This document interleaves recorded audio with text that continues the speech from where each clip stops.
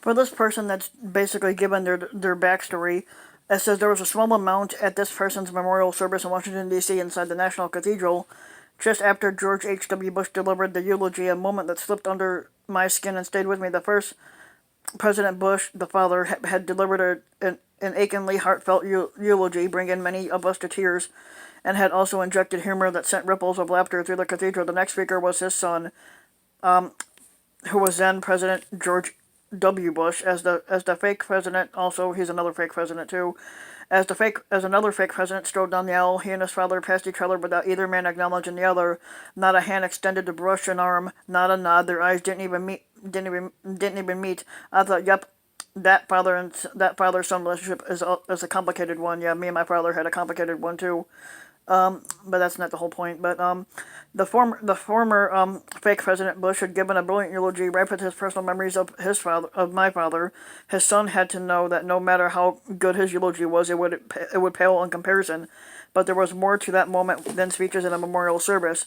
There was a lifetime of history, as sons longing for his father's approval, feared that he wouldn't measure up, the wrestling match with the shadow that seems to grow exponentially in ways that can't be predicted at all.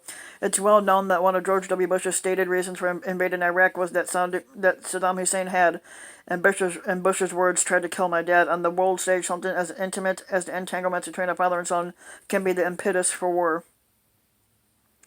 Men in powerful positions are still sons who look to their fathers for any approval, for clues to what being a man is all about. Bill Clinton's father had died 3 months before he was born, leaving the son with questions about what might have been. Jimmy Carter has written about longing for his father's approval and about the time his father whipped him for taking a penny out of the collection plate at church. My father was the son of an alcoholic whose drinking binges often left the family without money to pay bills.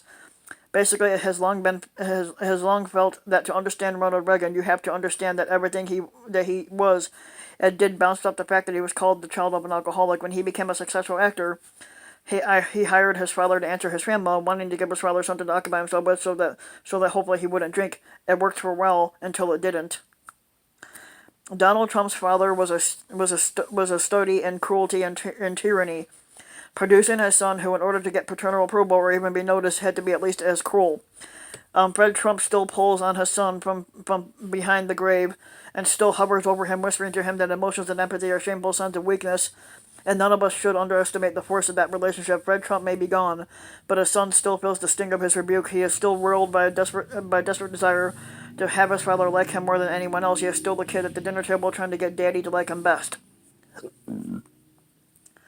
If our democracy goes down in flames, and there's no guarantee that it won't, it will be at the hands of a boy who learned early on to be the meanest kid in the neighborhood and to pull the wings off every angel.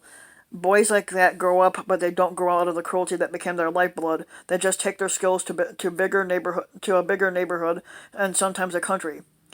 Yeah, that is true. So if you like the video, give the video a like and subscribe to my channel, and which is Ryan Van Wyk, and also hit the notification bell so that you'll be notified when a new video comes out, and thanks for listening.